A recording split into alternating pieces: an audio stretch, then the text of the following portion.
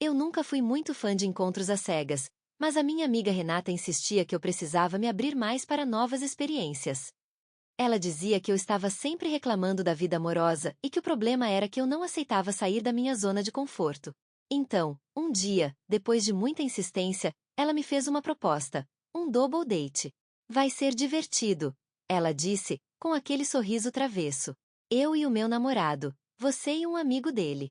Todo mundo junto, descontraído, sem pressão. No começo eu achei meio estranho. Quer dizer, se já é constrangedor o suficiente sair com alguém que você não conhece, imagina ainda ter plateia? Mas ela me convenceu dizendo que assim seria mais leve, porque não seria só um encontro, e sim uma saída de grupo. O plano era simples: jantar em um restaurante mexicano novo na cidade. Renata amava comida apimentada e eu já estava imaginando a tragédia, porque não sou exatamente fã de pimenta. Mas pensei, ok, não vou ser chato. Uma noite ruim eu aguento, quem sabe até me surpreendo.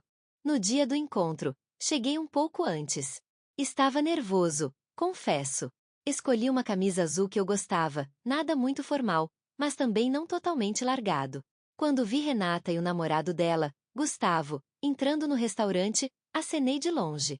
Eles pareciam animados demais, como se fosse a melhor ideia do mundo. Aí veio a parte que me deixou de pernas bambas: conhecer quem seria o meu par da noite. Gustavo trouxe o amigo dele, Henrique. E, olha, não era nada do que eu esperava. Ele parecia desconfortável desde o primeiro minuto. Enquanto todos riam, Henrique só deu um aceno tímido, como se tivesse sido obrigado a estar ali. Nos sentamos, Renata ao lado de Gustavo, eu ao lado de Henrique. Pedi uma água para aliviar a tensão, e foi aí que a noite começou a tomar rumos estranhos. Renata, tentando animar a mesa, disse: então, Henrique, o que você faz da vida? Ele respondeu seco: trabalho com ti. Silêncio. Eu tentei puxar assunto. Ah, que legal, você programa? Ele me olhou sério e respondeu: sim. Pronto. 3 palavras em 2 perguntas. O cara parecia um robô. Enquanto isso, Renata e Gustavo trocavam carícias e risadinhas, como se estivessem em um encontro perfeito. Eu me senti como um figurante que ninguém convidou para a cena. Pensei em levantar e ir embora, mas aí me lembrei do discurso da Renata: se abre mais para novas experiências. Respirei fundo e decidi dar uma chance. Afinal, a noite estava só começando. Mal sabia eu que aquele seria um dos encontros mais estranhos e engraçados da minha vida. Assim que o garçom trouxe os cardápios, percebi que a noite não seria nada fácil. O restaurante tinha pratos com nomes que eu mal conseguia pronunciar, e quase todos levavam um monte de pimenta no meio. Eu já estava imaginando minha boca pegando fogo antes mesmo de pedir. Renata, como sempre, estava animadíssima. Gente, esse lugar é maravilhoso, vocês precisam provar as enchiladas com molho extra picante. Gustavo riu e disse: amor, você vai acabar matando todo mundo aqui de azia. Henrique, ao meu lado, apenas folheava o cardápio como se estivesse lendo um manual de instruções. Tentei puxar conversa: você gosta de comida mexicana?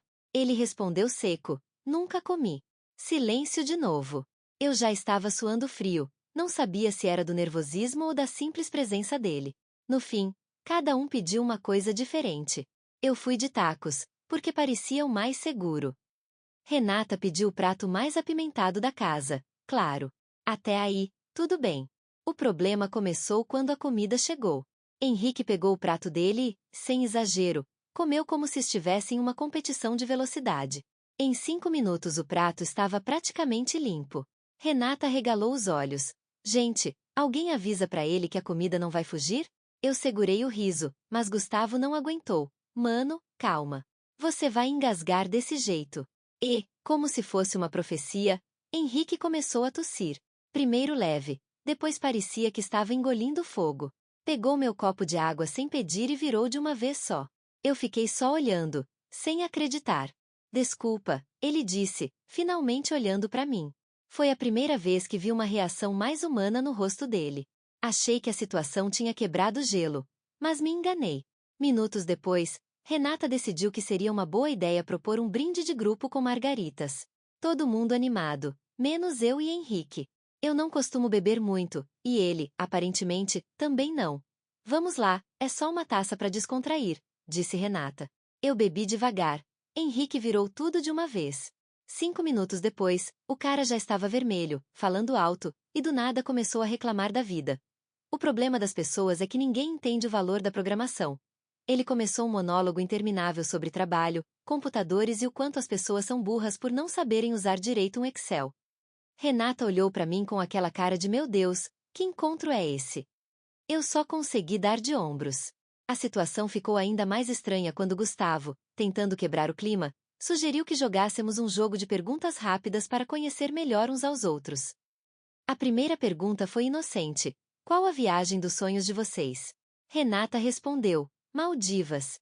Quero tirar aquelas fotos na rede em cima do mar. Gustavo disse: Japão, por causa da cultura. Eu falei: Itália. Amo massa. Quando chegou a vez do Henrique, ele respondeu: qualquer lugar sem gente.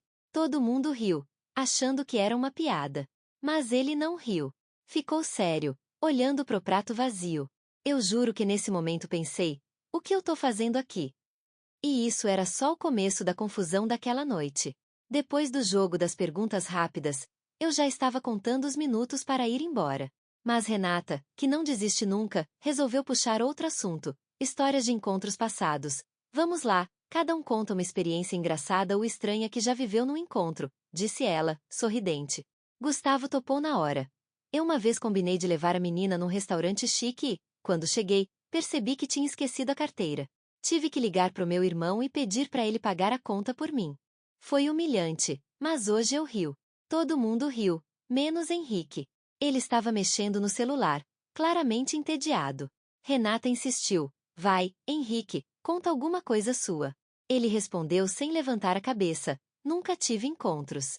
Silêncio total. Eu engasguei com o resto da margarita. Renata arregalou os olhos. Gustavo tossiu para disfarçar. Tentei salvar a situação, mas nunca mesmo. Tipo, nem um jantarzinho, cinema, nada. Henrique levantou os olhos e disse: sério, não. Eu acho perda de tempo. A cara da Renata foi impagável. Parecia que ela tinha levado um tapa invisível. E foi aí que a noite começou a se transformar numa comédia de erros.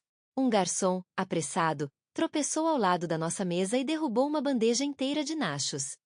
Em cima de mim. Sim, no meu colo. Renata caiu na gargalhada. Gustavo também. Eu fiquei entre rir e chorar, com molho de queijo escorrendo pela calça. Henrique, pela primeira vez na noite, mostrou emoção. Ele riu. Um riso alto, inesperado, quase maldoso. Finalmente você achou graça de alguma coisa, né? Falei, tentando limpar a bagunça com os guardanapos. Ele respondeu: pelo menos agora você tem um motivo real para estar desconfortável. Todo mundo ficou sem reação. Enquanto isso, Renata e Gustavo entraram no modo casal apaixonado, trocando beijos e cochichos, como se o constrangimento não existisse. Eu estava cada vez mais me sentindo a vela da noite. Aliás, a vela encharcada de molho de queijo. A cereja do bolo veio quando Renata sugeriu irmos para um karaokê depois do jantar. Vai ser divertido, disse ela. A gente canta em dupla, é só escolher uma música brega. Eu já estava pronto para inventar uma desculpa e ir para casa. Mas antes que eu pudesse falar algo, Henrique disparou: eu não canto. Renata respondeu com ironia: ah, que novidade. O clima ficou pesadíssimo. Gustavo tentou intervir, dizendo que não precisava ser karaokê, que a gente podia só tomar um sorvete e encerrar a noite. Mas o estrago já estava feito. Henrique tinha fechado a cara, Renata estava frustrada, eu estava fedendo a nacho, e Gustavo só queria salvar o rolê. Foi nesse momento que percebi: aquele double date estava oficialmente condenado. Mas ainda faltava o pior. Depois do fiasco no restaurante, pensei que nada poderia piorar. Mas eu estava enganado. Muito enganado. Renata, teimosa como sempre, insistiu que a gente fosse tomar o tal sorvete. Vai, gente, só uma parada rápida. É do lado, não tem desculpa. Eu, ainda tentando tirar manchas de nacho da calça, pensei em recusar. Mas Gustavo lançou aquele olhar de me ajuda a segurar essa bomba e eu acabei cedendo. Chegamos à sorveteria. O lugar estava lotado, cheio de famílias, crianças correndo, casais felizes. Ou seja, tudo que não combinava com o nosso grupo naquele momento. Renata, animada, perguntou: qual sabor vocês vão querer? Gustavo pediu chocolate. Eu pedi morango, tentando manter a normalidade. Henrique olhou para o atendente e disse: tanto faz. O atendente, confuso, perguntou: desculpa, senhor, mas preciso de um sabor específico.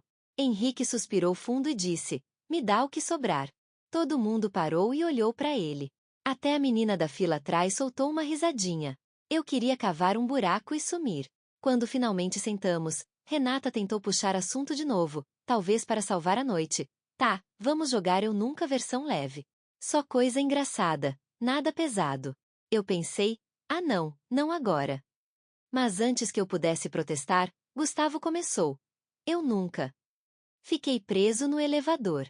Renata riu e tomou um gole do milkshake. Eu também.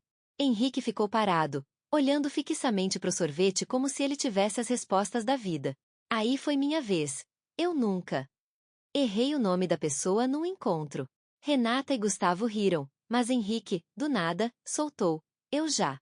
Todo mundo olhou para ele surpreso. E ele completou: inclusive hoje. Meu coração parou por um segundo. Como assim? Perguntei. Ele respondeu na maior calma: eu achei que você era outra pessoa. Quando vi que não, já era tarde demais. O silêncio que se fez foi tão constrangedor que até a máquina de sorvete atrás do balcão pareceu parar. Renata, tentando aliviar, disse: gente, olha. Acho que esse double date não deu muito certo, né? Henrique levantou, deixou o copo de sorvete intacto na mesa e disse: eu avisei que não queria vir. Ele simplesmente saiu andando, sem olhar para trás. Eu fiquei ali, pasmo, coberto de nacho seco, com um milkshake derretendo na minha mão, pensando: isso definitivamente vai virar história de Reddit. Renata e Gustavo tentaram me consolar. Olha, desculpa, a gente só queria te ajudar. Eu só consegui rir. De nervoso, claro. Ajudar? Vocês acabaram de me dar a pior noite da minha vida. E assim terminou o encontro duplo mais caótico de todos os tempos. Cheguei em casa naquela noite com a sensação de ter participado de um reality show mal editado. Sabe aqueles episódios que você assiste e pensa: não pode ser real? Pois é, eu tinha acabado de viver um deles. Joguei a calça manchada de nacho direto na máquina de lavar e fiquei olhando pro teto, refletindo. A pergunta que não saía da minha cabeça era: em que momento eu achei que um double date seria uma boa ideia?